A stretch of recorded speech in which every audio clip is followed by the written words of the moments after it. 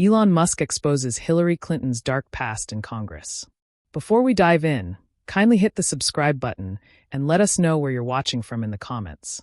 The buzz in the congressional chamber was palpable as the appointed time approached. Members of Congress, reporters, and spectators filled the room, all eager to hear from one of the most influential figures in modern business. Elon Musk, the billionaire entrepreneur, inventor, and CEO of SpaceX and Tesla, had always made headlines with his bold statements and technological breakthroughs.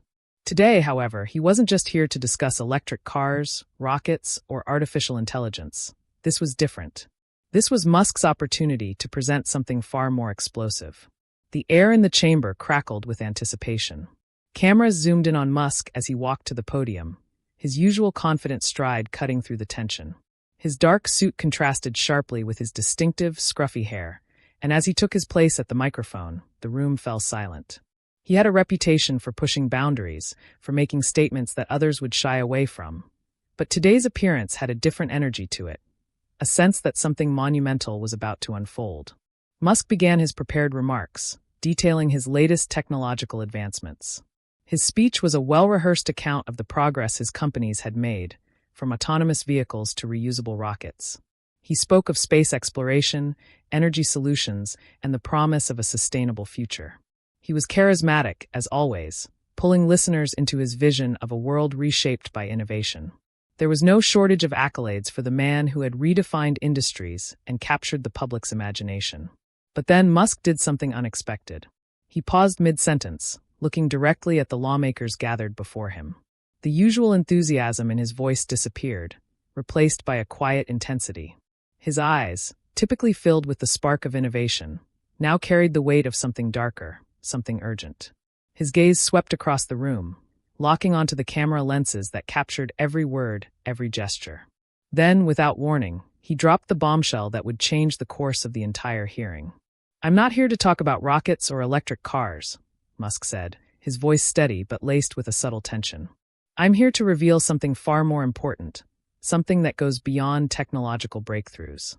I'm here to talk about a cover-up. A cover-up that involves corporate espionage on a scale that could shatter the political foundations of this country." The room went silent. A pin could have dropped and been heard in the stillness. The words hung in the air like a loaded weapon, ready to explode at any moment. Lawmakers exchanged confused glances, unsure if they had heard Musk correctly. Was this part of his planned testimony? Or had something gone wrong? The cameras zoomed in, catching every flicker of uncertainty and curiosity on the faces of those in the room. Musk took a deep breath before continuing. "This is not just about business. This is about power, influence, and a betrayal that goes all the way to the top. The evidence I'm about to present implicates high-ranking political figures, people who have used their positions to protect corporate interests, even at the expense of the American people." He clicked a button on his tablet, and suddenly, a large screen behind him flickered to life.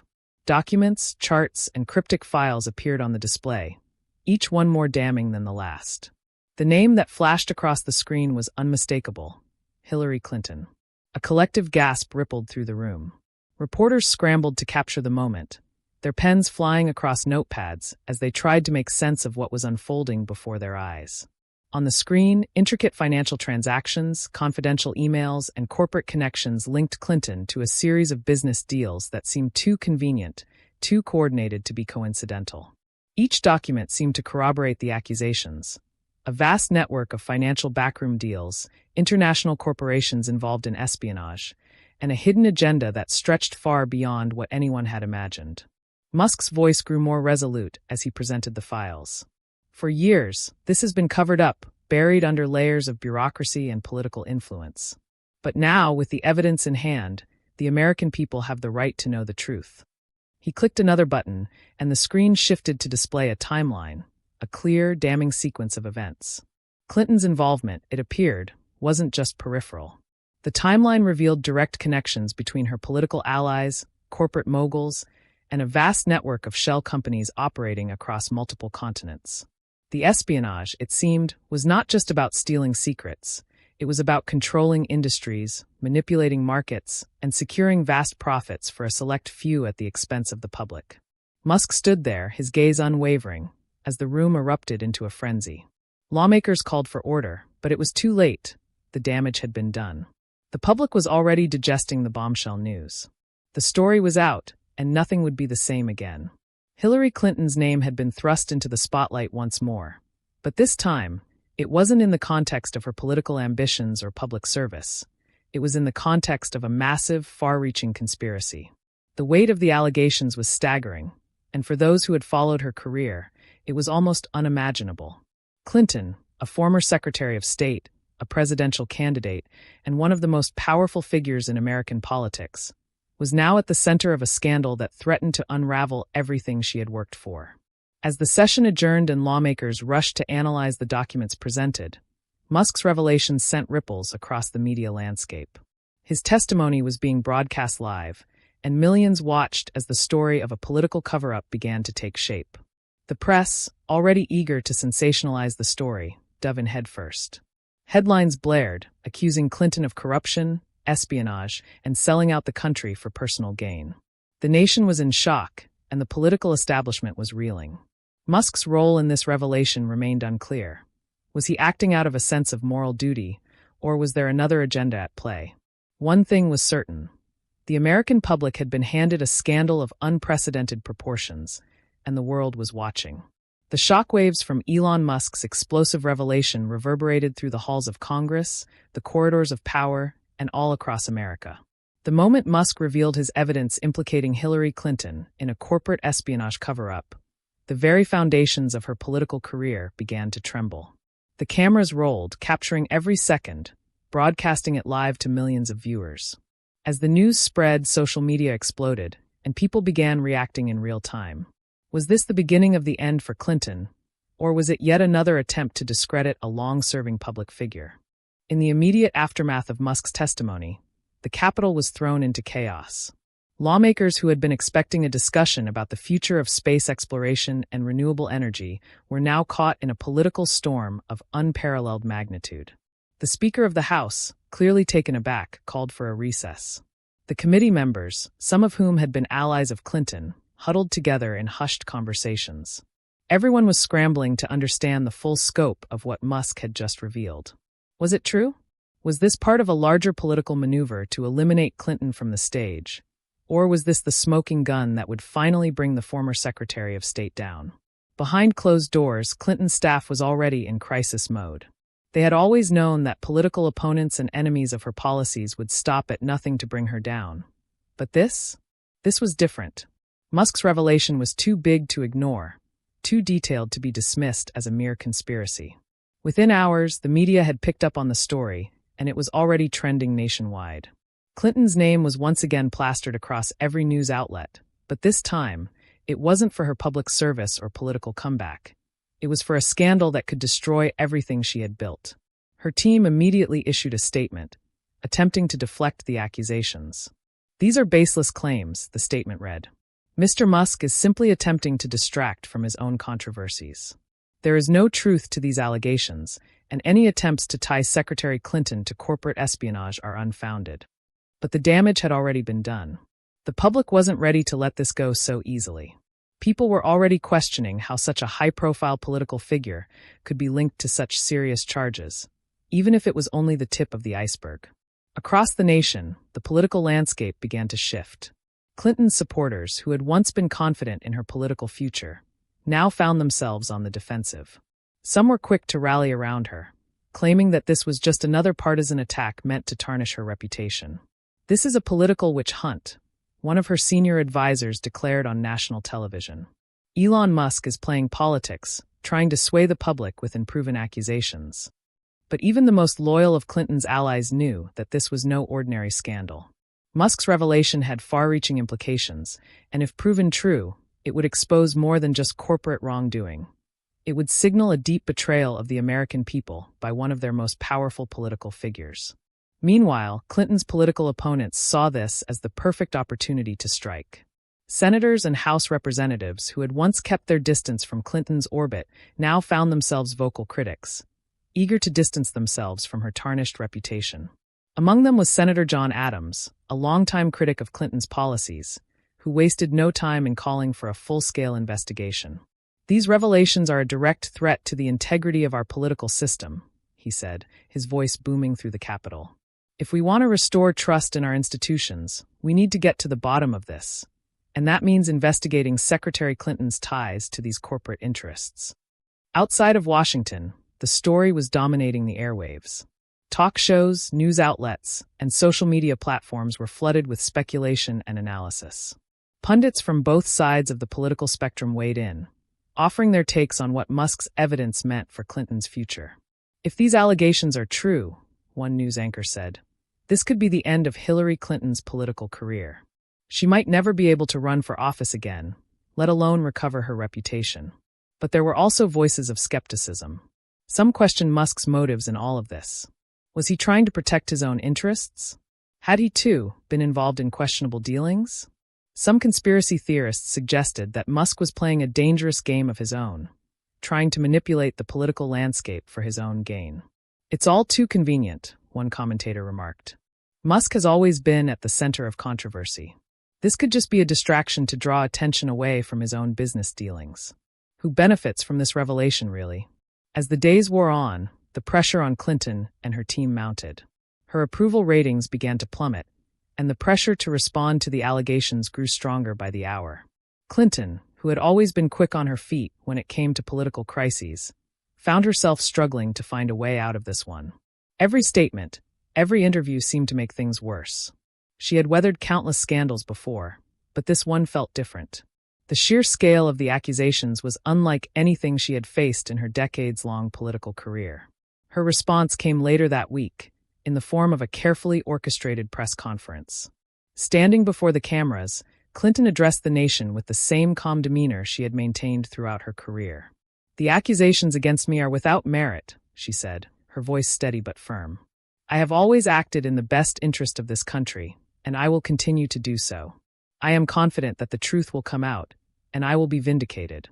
Yet, even as she spoke, there was an air of uncertainty. The questions weren't going away. In fact, they were only growing louder. Behind the scenes, Clinton's legal team began preparing for what seemed like an inevitable investigation. The political future of Hillary Clinton, once so secure, now hung in the balance. The scandal wasn't just about a politician caught in a web of corporate deception. It was about trust in the people who ran the country, trust in the systems that were meant to protect the American people, and trust in the leaders who promised to act in their best interest. Clinton's story was far from over, but the questions surrounding her actions and the motives behind them were only beginning to take shape. The stage was set for a showdown that would leave no stone unturned, and no politician unscathed. The political storm set in motion by Elon Musk's revelation had only just begun, and the aftermath was unfolding with breathtaking speed. Within hours of Musk's bombshell testimony, both Congress and the media had launched full-scale investigations into the allegations against Hillary Clinton. What had started as a casual discussion about technology and innovation had quickly evolved into the most politically explosive event in years, with powerful figures from all corners of the political spectrum now embroiled in a battle for control of the narrative. Clinton's political career was hanging by a thread, and the fight to salvage it was about to turn even more treacherous. In Washington, the newly formed investigative committee wasted no time. Several lawmakers, some of whom had been her closest allies, were now leading the charge to uncover the truth. The committee was tasked with determining whether Musk's claims had any merit, and if so, what role Clinton played in the corporate espionage scandal that had rocked the nation. The pressure was immense, and the public was demanding answers.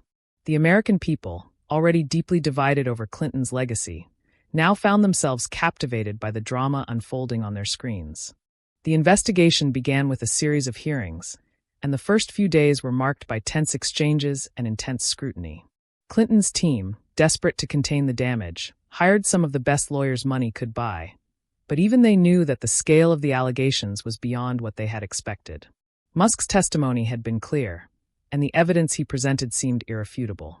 The encrypted files, the timeline of events, the incriminating emails, all pointed to a vast web of corporate collusion that linked Clinton to a network of powerful business interests.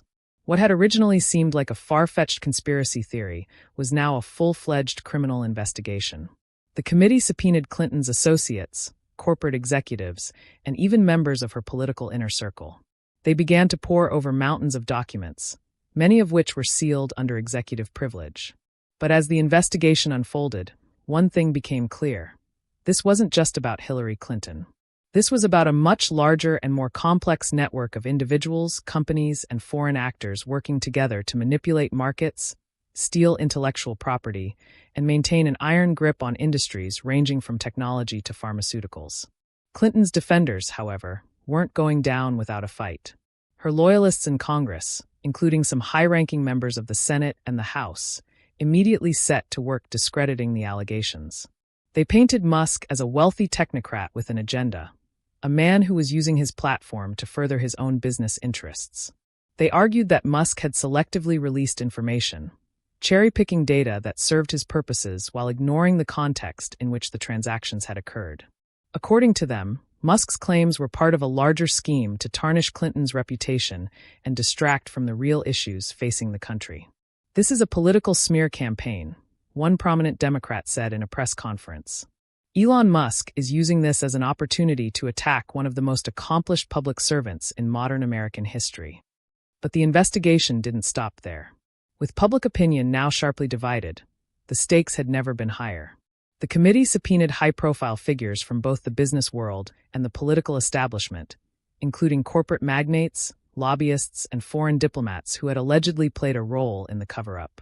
These individuals had deep ties to Clinton's political network, and their testimony could potentially expose a web of corruption that spanned continents. As the hearings continued, new details began to emerge. The committee uncovered a secretive network of shell companies, bank accounts in offshore tax havens, and wire transfers between powerful corporations. These were the kinds of transactions that, on the surface, appeared innocent but, under scrutiny, revealed a troubling pattern of financial misconduct. One of the most damning pieces of evidence was a series of communications between Clinton's aides and executives from one of the largest tech firms in the world. The messages suggested that Clinton had used her political influence to protect the company from a government investigation into its illegal practices. At one point, Clinton's staff had even attempted to block a federal investigation that could have exposed the company's involvement in a massive data breach. The committee also unearthed several questionable meetings between Clinton and executives from multinational corporations, all of which seemed to coincide with major policy decisions that benefited those companies. It wasn't just one incident. It was a pattern of behavior that raised serious ethical concerns. While no direct evidence had yet been found linking Clinton personally to the corporate espionage, the circumstantial evidence was overwhelming. Each new revelation seemed to build upon the last, painting a picture of a well-organized conspiracy that had manipulated political decisions to benefit a select few. Meanwhile, Clinton herself had remained mostly silent. After her initial public statement, in which she denied the allegations and called them politically motivated, she retreated from the spotlight, presumably to work with her legal team on preparing her defense. Her supporters continued to rally behind her, accusing the media of sensationalizing the situation, but even they couldn't ignore the mounting evidence against her. The American public was growing restless. They wanted answers. They wanted transparency. And most of all, they wanted to know if Clinton, the woman who had served as Secretary of State, a presidential candidate, and a senator, was truly involved in a conspiracy of such magnitude. As the investigation continued to unfold, it became clear that the political and legal ramifications would stretch far beyond Clinton's immediate future. This was no longer just about one woman's career.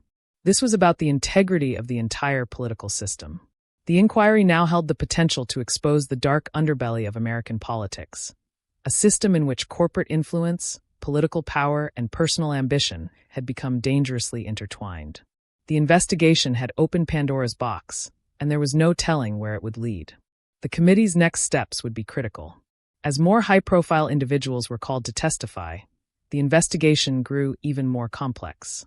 Whispers of scandal began to surface from within Clinton's own party, with some members of Congress privately suggesting that it might be time for Clinton to step aside for the good of the nation. But others believed she could still make a comeback, arguing that the investigation was nothing more than a partisan attack. It was a battle that would be fought not just in the halls of Congress, but in the court of public opinion. For now, the world watched and waited. The investigation into Hillary Clinton's involvement in the corporate espionage scandal had only just begun, and already, the revelations were nothing short of catastrophic. As the committee continued its work, More questions than answers loomed on the horizon. What would happen next? And more importantly, who else would be dragged into the scandal? As the investigation into Hillary Clinton's alleged role in the corporate espionage scandal unfolded, the public's reaction was both swift and polarized. The country, already sharply divided over political lines, now found itself even further entrenched in two opposing camps: those who believed the allegations and those who saw it as an orchestrated attack. For Clinton, the fallout from Elon Musk's testimony and the subsequent investigations were not just political. They were deeply personal, and the weight of the scrutiny was starting to take its toll. The media, ever hungry for the next big story, was relentless in its coverage. Every development, no matter how small, was amplified. News networks aired hours of commentary, analysis, and expert opinions, dissecting every detail of the allegations. Some pundits argued that the documents presented by Musk were irrefutable, evidence of Clinton's collusion with corporate giants.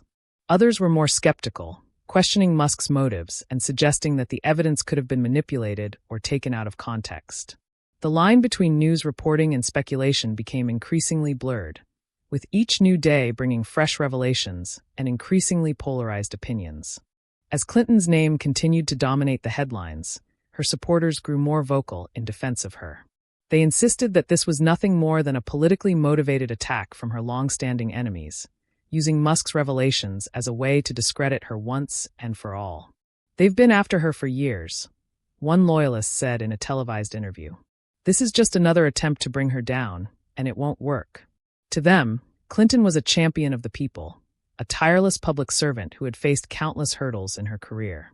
They couldn't fathom how someone with such a distinguished record could be caught up in something as nefarious as corporate espionage. But for every voice that defended her, there were two more that condemned her. Critics from both the left and the right, who had long criticized Clinton for her political affiliations, her policies, and her ties to big corporations, now saw an opportunity to bring her down.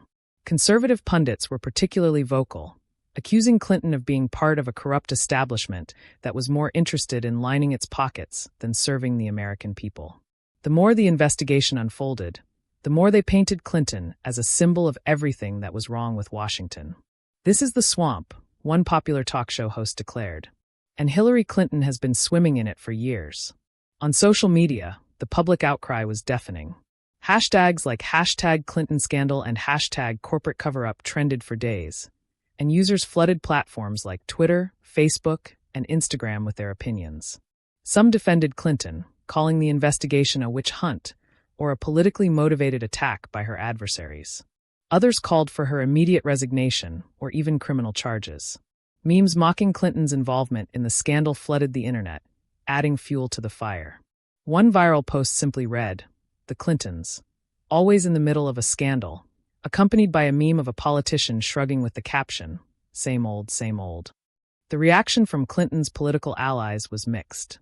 Many senior members of the Democratic Party publicly distanced themselves from the scandal, calling for a full investigation, but also suggesting that the timing of Musk's revelations was highly suspect.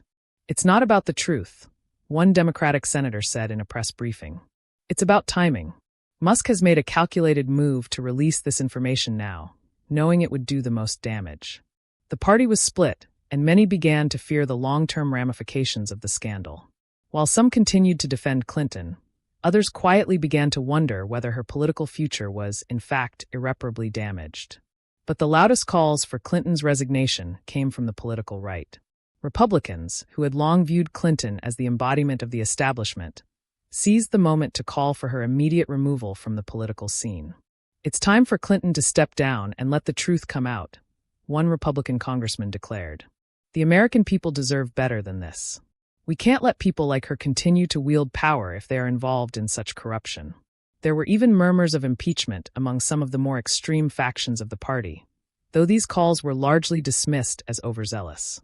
In the midst of this growing media frenzy, Clinton herself remained largely silent. She had made her initial public statement, dismissing the allegations as politically motivated, but since then, she had retreated from the public eye. Her team worked tirelessly behind the scenes, consulting with legal experts and strategists on how to handle the mounting pressure. But every time they tried to craft a response, the public narrative seemed to slip further out of their control. Clinton, who had once been known for her ability to weather storms with grace, now appeared to be in uncharted territory. The silence, however, only made things worse. As the days passed, more and more damning revelations emerged. Leaked emails and documents continued to surface, painting a picture of a political insider who had used her position to protect the interests of powerful corporations. The evidence against Clinton seemed to grow stronger by the day, and with each new leak, public opinion turned further against her. Even some of her most devoted supporters began to question whether she had been involved in something more sinister than they had initially believed. The hearings continued, and the investigation deepened. By now, the public had become obsessed with every new piece of evidence. Each day brought fresh developments, new witnesses, and more startling revelations. The public's trust in Clinton had been severely shaken, and the damage to her reputation seemed to be irreversible. With her political future hanging in the balance, the question on everyone's mind was, could she survive this scandal, or was this the final chapter in the long and controversial career of Hillary Clinton? Meanwhile, Musk watched from the sidelines, his role in all of this becoming clearer. The man who had started this chain of events was now a figure of immense power, his influence over the unfolding drama undeniable. Whether Musk had acted out of genuine concern for the country, or whether he had his own motives for bringing Clinton to justice, remained a matter of debate. What was certain, however, was that the political landscape in America had changed forever. The question now was not just whether Clinton would survive, it was whether the very system that had allowed her to rise to power would ever be the same again. As the investigation into Hillary Clinton's alleged involvement in the corporate espionage scandal reached its final stages, the political and legal ramifications were impossible to ignore. The narrative that had been carefully spun by Clinton's supporters, that the accusations were baseless and politically motivated, had begun to unravel. The steady stream of revelations had painted a picture of a well-coordinated conspiracy, one that reached into the highest echelons of both corporate and political America. The question was no longer whether the allegations were true. It was now about how deep the rot went and how much the American people could stomach. Clinton had weathered countless storms over the years. Her public life was riddled with controversies and scandals. But this was different. The evidence against her was both vast and intricate, and the more the investigation dug, the more the accusations seemed to have merit. The leaks of emails, financial transactions, and testimony from whistleblowers painted a damning picture of a network of corporate interests that had used Clinton's political influence to protect themselves from legal and regulatory scrutiny. There were documents showing Clinton's direct involvement in blocking investigations into key industries, emails detailing private meetings with business executives, and wire transfers linking political donors to the corporations at the center of the scandal. Her political career, which had once seemed unstoppable, was now teetering on the edge of collapse. And while Clinton remained defiant, publicly dismissing the charges as a smear campaign, privately, she was beginning to feel the weight of the evidence against her. Her legal team had been working tirelessly to discredit the allegations, but every piece of evidence Musk's team released seemed to further damage her credibility. The committee investigating the scandal had already recommended a full federal inquiry into the matter, and pressure was mounting for Clinton to testify before Congress once again. It was clear that Clinton's political future was in jeopardy, but what was equally uncertain was whether she would face legal repercussions. The special counsel investigating the case had been given broad authority to pursue criminal charges if necessary, but Clinton's lawyers maintained that she had done nothing wrong and that any evidence suggesting otherwise was either fabricated or taken out of context. For Clinton, this moment was the culmination of a lifetime of political maneuvering, alliances, and controversies. She had been at the pinnacle of American politics, a former First Lady, Secretary of State, and presidential candidate. But as the scandal progressed, it became increasingly evident that her rise to power had been accompanied by questionable dealings, and the public was now forced to confront the possibility that the woman who had shaped the direction of the country for decades had been complicit in a scheme that could undermine the very foundations of the democratic process. The final congressional hearings were set to begin, and they would serve as the ultimate test for Clinton. The committee had gathered a staggering amount of evidence, including testimony from former colleagues, corporate executives, and foreign diplomats. Clinton would have to face them all in front of a live audience, answering questions that could make or break her career. This would be the last chance for her to clear her name, or to confirm the suspicions that had plagued her for years. The day of the hearings arrived, and as Clinton walked into the Capitol building, the weight of history hung heavy in the air. She had been through countless political battles, but this was unlike anything she had faced before. The cameras were rolling, and millions of Americans were watching to see if she could defend herself, or if this would be the moment that ended her career once and for all. As she took her seat at the witness table, the room fell silent. The committee members, many of whom had previously been allies, were now poised to ask questions that could expose her to criminal liability. Clinton was calm, perhaps too calm.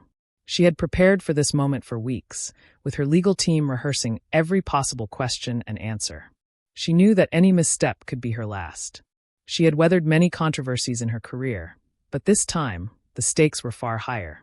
"Secretary Clinton," the chairman began, his voice steady but authoritative, "you have been accused of blocking investigations into corporate misconduct, using your political influence to protect business interests, and engaging in a conspiracy to cover up corporate espionage. How do you respond to these allegations?"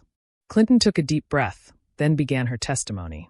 "I have spent my entire life in public service," she said, her voice unwavering. "I have always acted in the best interests of this country. I have never, and will never, engage in corrupt practices. These allegations are baseless, and I will prove that I have done nothing wrong." But as the questioning continued, it became clear that the committee was not interested in her deflections. They pressed her on specific points, referencing documents that linked her to the companies involved in the espionage, pointing out her ties to the executives who had been implicated.